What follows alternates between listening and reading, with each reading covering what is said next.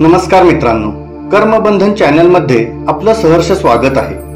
आजच्या या व्हिडिओमध्ये आम्ही आपल्याला सफला एकादशीच्या दिवशी करायचा एक अलौकिक उपाय सांगणार आहोत। या उपायामुळे आपल्या जीवनातील धनाशी संबंधित असणाऱ्या समस्या, घरातील सततच्या आजारपणाची समस्या, घरामध्ये पैसे टिकण्यासंदर्भातील समस्या, घरातील व्यक्तींच्या व्यसनाची समस्या, वाईट सवयी जसे जुगार खेळणे, दारू पिणे इत्यादी समस्यांचे निवारण होऊन जाईल।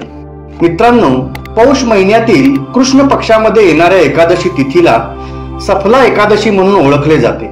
या दिवशी भगवान श्रीहरी विष्णू आणि माता लक्ष्मींचे पूजन केले जाते।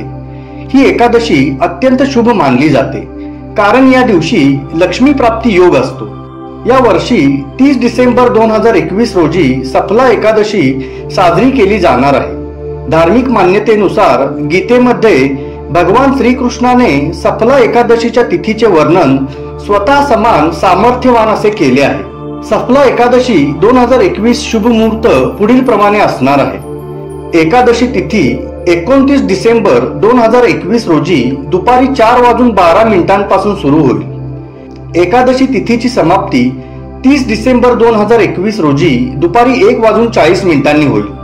31 डिसेंबर रोजी व्रत पारण म्हणजेच उपवास सोडण्याची वेळ सकाळी 7:14 ते सकाळी 9:18 पर्यंत असणार आहे।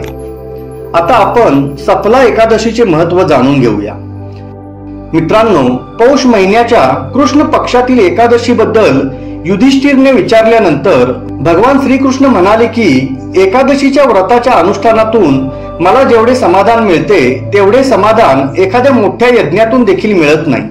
त्यामुळे एकादशीचे व्रत प्रत्येक व्यक्तीने अवश्य करावे। पौष मास कृष्ण पक्षात सफला नावाची एकादशी असते। या दिवशी भगवान नारायणाची विधिवत पूजा करावी। ही एकादशी अत्यंत शुभ आणि कल्याणकारी मानली जाते। सर्व व्रतांमध्ये एकादशी ही सर्वश्रेष्ठ आहे। हे व्रत केल्याने आरोग्य आणि दीर्घायुष्याचे वरदान मिळते। पौराणिक कथेनुसार चंपावती नगरीचा राजा महिष्मत होता। त्याला 5 मुले होती। महिष्मतचा ज्येष्ठ पुत्र लुंबक हा सदैव वाईट कृत्यामध्ये गुंतलेला असायचा। त्याची अशी कृत्ये पाहून महिष्मताने त्याला आपल्या राज्यातून हाकलून दिले। त्यामुळे लुंबक जंगलात जाऊन चोरी करू लागला। एके दिवशी तो रात्री चोरी करण्यासाठी नगरात आला, तेव्हा शिपायांनी त्याला पकडले। पण त्याने राजा महिष्मतचा मुलगा असल्याचे सांगितल्यानंतर सैनिकांनी त्याला सोडून दिले। मग तो जंगलात परतला आणि झाडांची फळे खाऊन जगू लागला। एका जुन्या पिंपळाच्या झाडाखाली तो राहत होता। एकदा न कळत त्याने पौष महिन्यातील कृष्ण पक्षातील एकादशीचा उपवास केला। पौष महिन्यातील कृष्ण पक्षाच्या दशमीला त्याने झाडांची फळे खाल्ली आणि वस्त्रहीन असल्याने रात्रभर थंडीचा त्रास सहन केला। दुसऱ्या दिवशी सूर्योदय झाल्यानंतरही तो शुद्धीवर आला नाही। एकादशीच्या दिवशीही लुंबक बेशुद्धच राहिला। दुपारी त्याला शुद्ध आली। तो उठला आणि जंगलात गेला आणि अनेक फळे घेऊन विश्रांती स्थळी परतला। तोपर्यंत सूर्य मावळला होता। नंतर पिंपळाच्या झाडाच्या मुळामध्ये त्याने अनेक फळे ठेवली आणि लक्ष्मीपती भगवान विष्णू या फळांनी संतुष्ट व्हावे असे म्हणत तो रात्रभर झोपला नाही। त्यामुळे न कळत त्याने सफला एकादशीचे व्रत केले। त्याच वेळी एक आकाशवाणी झाली, हे चंपावतीच्या राजकुमारा लुंबक, सफला एकादशी व्रताच्या प्रभावाने तुला राज्य आणि पुत्रप्राप्ती होईल। या आकाशवाणीनंतर लुंबकाचे रूप दिव्य झाले। तेव्हापासून त्याची उत्तम बुद्धी भगवान विष्णूंच्या उपासनेत गुंतलेली होती। त्याने 15 वर्षे यशस्वीपणे राज्य केले। त्याला मनोज्ञ नावाचा पुत्र झाला। तो मोठा झाल्यावर लुंबकाने राज्य आपल्या मुलाकडे सोपवले आणि तो स्वतः भगवान श्रीकृष्णांच्या भक्तीत मग्न झाला। शेवटी सफला एकादशी व्रताच्या प्रभावामुळे त्याला विष्णू लोकाची प्राप्ती झाली। चला तर मग मित्रांनो, जाणून घेऊया सफला एकादशी दिवशी करायच्या उपायाविषयी। मित्रांनो, 30 डिसेंबर गुरुवार या लक्ष्मी नारायणांच्या दिवशी लक्ष्मी प्राप्ती योग बनत आहे। जीवनामध्ये सफलता आणि लक्ष्मी प्राप्तीसाठी हा योग अत्यंत दुर्मिळ आणि शुभ मानला जातो आणि म्हणून या शुभ योगावर आपण हा उपाय अवश्य केला पाहिजे। मित्रांनो, जर का आपल्या घरामध्ये कमवणारे व्यक्ती 2-4 आहेत, आपल्या घरामध्ये पैसे तर येत आहेत, परंतु हा पैसा आपल्या घरामध्ये टिकत नाहीये, आपला पैसा घरातील सततच्या आजारपणावर, कोर्ट कचेरीच्या कामामध्ये किंवा या ना त्या कारणाने खर्च होतोय, किंवा आपल्या घरातील व्यक्तींना चुकीच्या सवयी लागल्या आहेत, आणि त्यामुळे आपल्या घरातील पैसा व्यसनामध्ये जुगारामध्ये खर्च होऊन जातोय। काही केल्या घरामध्ये पैसे टिकत नाहीयेत अथवा एखाद्या व्यक्तीने आपल्याकडून उसने पैसे घेतले आहेत व ते परत मिळत नाहीयेत। घरामध्ये पैसे येत आहेत पण टिकत नाहीयेत। तर मित्रांनो, शिव महापुराण कथेमध्ये या समस्येसाठी एक अत्यंत चमत्कारिक उपाय सांगण्यात आला आहे। या समस्यांच्या निवारणासाठी सफला एकादशीच्या दिवशी 1 तांब्या गंगाजल घेऊन, जर का आपल्याकडे गंगाजल नसेल तर कोणत्याही पवित्र नदीचे किंवा शुद्ध पाणी आपण घेऊ शकता।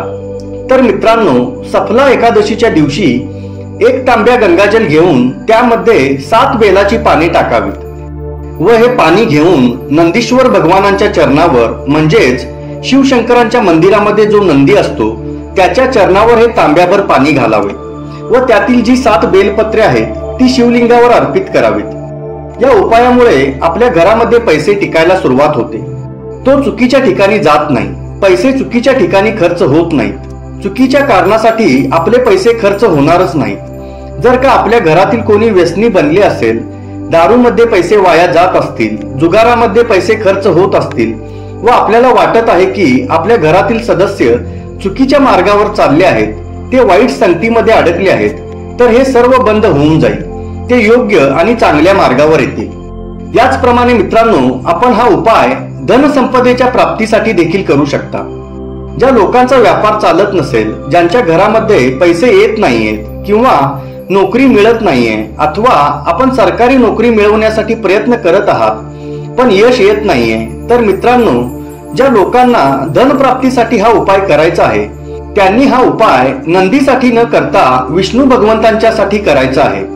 सफला एकादशीच्या दिवशी धनप्राप्तीसाठी हा उपाय करताना 1 तांब्या गंगाजल घेऊन त्यामध्ये आपण तुळशीची 11 पाने घालायची आहेत व हे तुळशीची पाने घातलेले पाणी कोणत्याही नारायणांच्या मंदिरामध्ये म्हणजेच राम मंदिर असेल, कृष्ण मंदिर असेल, दत्त मंदिर असेल किंवा लक्ष्मी नारायण मंदिरामध्ये कोणत्याही एखाद्या भांड्यामध्ये घालून मंदिरामध्ये ठेवायचे आहे। हे पाणी थोडा वेळ मंदिरामध्ये ठेवून त्यानंतर कोणत्याही वृक्षाच्या खाली वाहायचे आहे। या उपायामुळे आपल्या जीवनातील धनाच्या संदर्भातील सर्व समस्या संपून जातील, आपल्या व्यापारामध्ये भरभराट व्हायला लागेल, नोकरी मिळण्यामध्ये येणाऱ्या अडचणी संपून जातील, आपल्या घरामध्ये धनाचा स्थायी वास होऊन जाईल। तर मित्रांनो, आपण ही सफला एकादशीच्या दिवशी हे अत्यंत साधे परंतु अलौकिक चमत्कारिक उपाय अवश्य करून पहा। मित्रांनो, व्हिडिओ आवडला असेल तर लाईक, शेअर आणि सबस्क्राईब करायला विसरू नका। अशा प्रकारचे आमचे व्हिडिओज जास्तीत जास्त प्रमाणात आपल्या मित्रांना, मैत्रिणींना, आप्तेष्टांना, पाहुण्यांना, स्वकीयांना पाठवत चला, कारण एखाद्या माहितीमुळे यापैकी कोणाचे तरी भले होऊ शकते, त्यांच्या जीवनातील समस्या संपून जाऊन त्यांच्या जीवनाला उभारी येऊ शकते। धन्यवाद।